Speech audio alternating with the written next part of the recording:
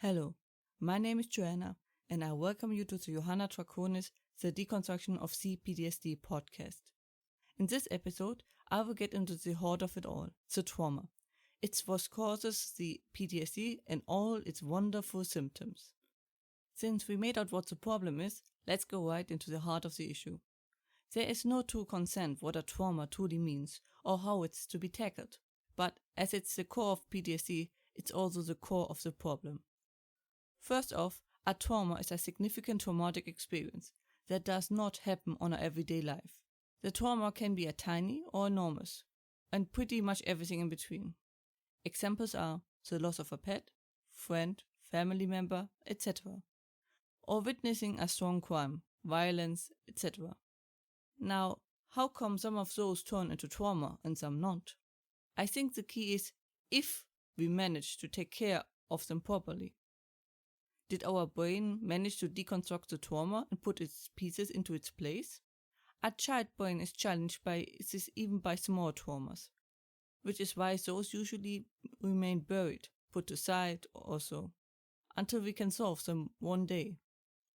And, naturally, they are often forgotten or just get avoided.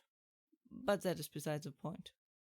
A trauma can usually only occur in three circumstances. Something is happening to you, you see something, and you did something. And the way the trauma happens plays a very important role in how strong the trauma is. I will list 4 categories and several factors, which all influence it. To make it simple, the more you say yes to them, the bigger the trauma. Those factors might also help you find aspects of the trauma you were not yet aware of. We go into the circumstances one after another. The first category is, what happened to you? To explain what I mean, let me use being hit in the face for example. I would separate in 4 categories of how painful and bad it is received. The first category is no one. It was a branch or anything that just happened to hit you there.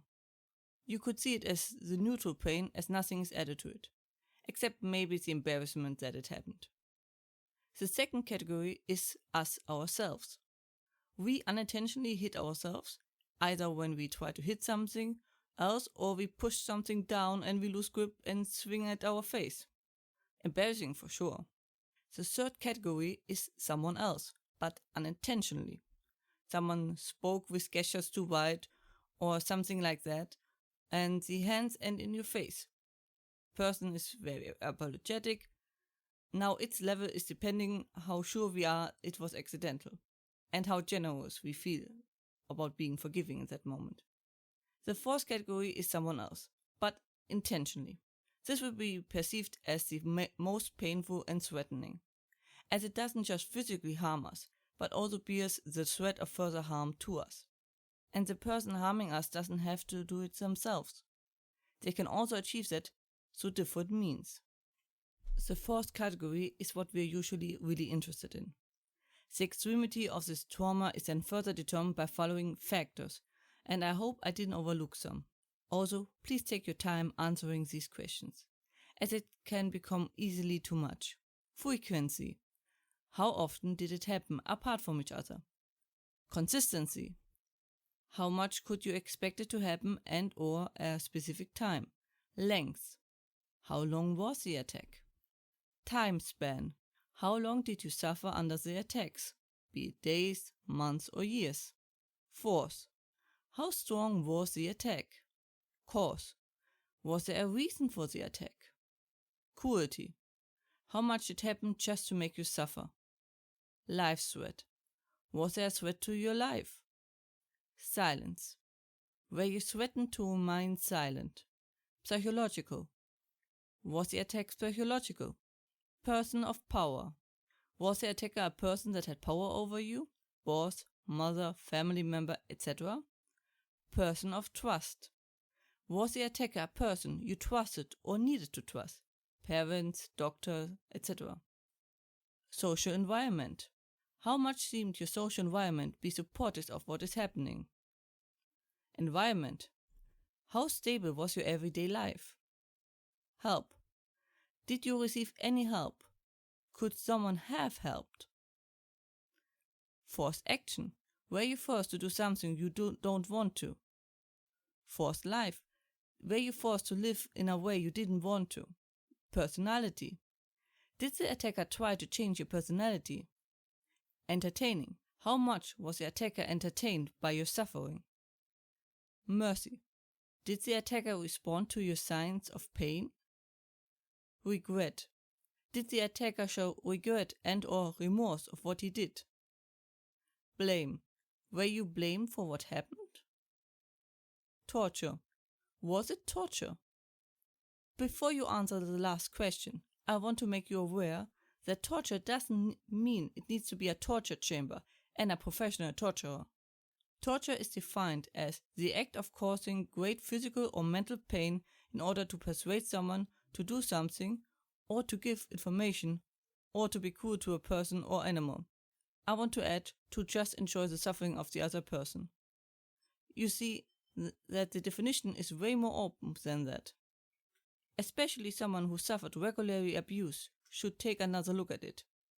I will talk about torture and PTS in the next episode. I, of course, will not go into these details if I can avoid it.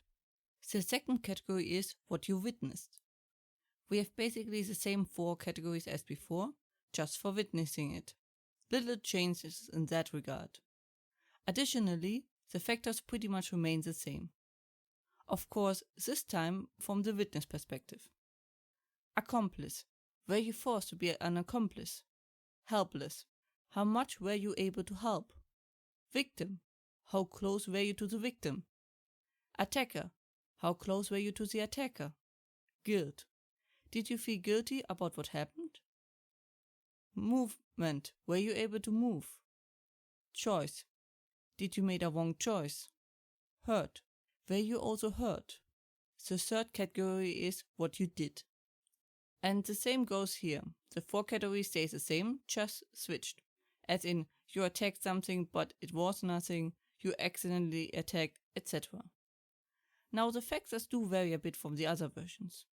Purpose. Did you aim for what happened? Accident. Was it an accident? Avoidable. How avoidable was what happened? Escalate. Did a situation escalate into something you couldn't control? Neglect. Did it happen because you neglected something? Guilt. Did you feel guilty about what happened? Accomplice. Did you force someone to be an accomplice? Victim. How close were you to the victim? Trust. Did the victim trust you? Regret. Did you regret what you did? Cause. Did you cause what happened? Misjudge. Did you handle on wrong judgment? Choice. Did you make a wrong choice? Hurt. Were you also hurt? I just want to remind you that for a child, even the first category can be traumatizing, depending on age and circumstances.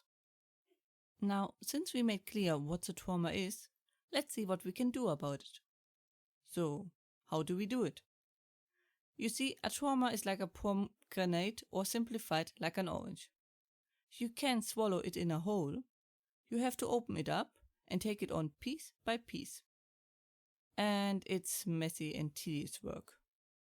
Seriously, pomegranate is for many reasons a perfect example. The pomegranate metaphor may sound simple, but was my first and major breakthrough. My mountain of problems was in truth just many small peppers. Or more or less small peppers. So now, how do we open the trauma? You need to know what happened. The bond of what the trauma is consists out of everything that made the event traumatic. Take it on one by one. It's like a cluster, as they are also found in the food. Similar to the spider's web, everything that is connected to the trauma will get entangled there and be stuck to it, making the trauma grow bigger and bigger. This includes things that will happen years after the core trauma. And you can just take the core trauma out and everything will just disappear. No, like the food or a pile, you have to move every piece. What are the pieces? Emotions usually. Facts are irrelevant for the trauma and your feelings. They do not matter, and if they matter, then only to demonstrate how severe something was. But also memories. Memories buried deep into our brain. Maybe we don't even know why we remember them, but we do. As for a simple example, let's use the death of a pet. The emotions surrounding it might be guilt for not taking better care of the pet, loss, a dear friend is missed, anger because a dear friend was taken from you, sorrow for you now have to move on alone, fear for of losing more as easily as you just did, confusion, how could this happen, and so on and so forth.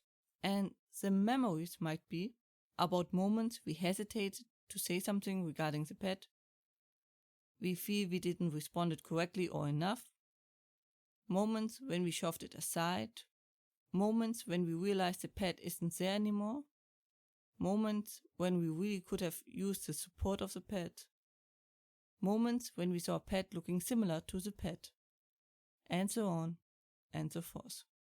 Each emotion source must be discovered, inspected, and resolved. Each and every one of them. Some things are faster resolved than others. Some things just take time. Same goes for the memories. But this is the core of the treatment of PTSD. Similar to the pomegranate or orange, we take it bit by bit, piece by piece, until nothing is left. Depending on length and severity of the trauma, the pieces from a pile or up to a mountain, it doesn't matter. It only takes more time. With small but steady steps, we move forward. Big leaps might get you further, but they are unreliable, and more often than not, you fall and are further behind than you were by quite a bit. We are climbing a hill or up to a mountain. This is not a race. This is a long climb. As tempting as it might be to rush it, to be over with it, it's a trap. Similar to climbing or mounting, rushing it makes you just more likely to make mistakes, and in the worst case, lose grip and fall all the way down, maybe even deeper than before. Just never lose focus where you want to go and go steady. Sometimes you get further, sometimes not at all. This is okay. As long as we keep on going, everything is okay. There are circumstances where we can travel faster. But about those we talk in a later episode. It is possible. The biggest lie PTSD tells you is that it's pointless to fight and you never win. How could you? So it's better to give up and not waste your energy. It's a lie. You just can't take it at one piece. I also use the 5 steps of grieving as a guide. Denial, anger, bargain, depression or sadness, and acceptance. Denial, that it's there, so you have to find it. Anger, you have been hurt and you want to hurt back, or fight the person, or whatever it was that hurt you. Bargain, you try to accommodate for it, make excuses or downplay it, etc. Depression or sadness, you realize there's nothing you can do. Acceptance, we are not gods. We can't control or change everything. Sometimes things happen. All we can do is accept them, learn from them, and then move on. It's hard to accept defeat. I know that. But defeat doesn't mean you give up. You just accept that a battle is lost. But there are more to come. You fight so many battles in your life. And it's better to call it than fighting endlessly, lose all your energy to it, and nothing will change. Better focus on bettering yourself, as on the people that wronged you in the past. And regarding the many factors, don't worry about remembering them at once or being able to answer them immediately. There will be a link for the transcripts, or just go on johannatraconis.com/podcast and you can read all the transcripts and download them there. That was it for today's episode. Sorry if I sound a bit tired, but sleep has been pretty hard to come by with these temperatures. This week we'll have up to 41 degrees Celsius, which are almost 109 degrees Fahrenheit. Hope it will be better for our next episode. Thank you all for listening, and I hope I see you next week when we tackle the topic torture and PTS. Hope you liked this episode and leave me some feedback. Also, you can visit me on johannatrakonis.com for more information. Watch yourself and have a wonderful time.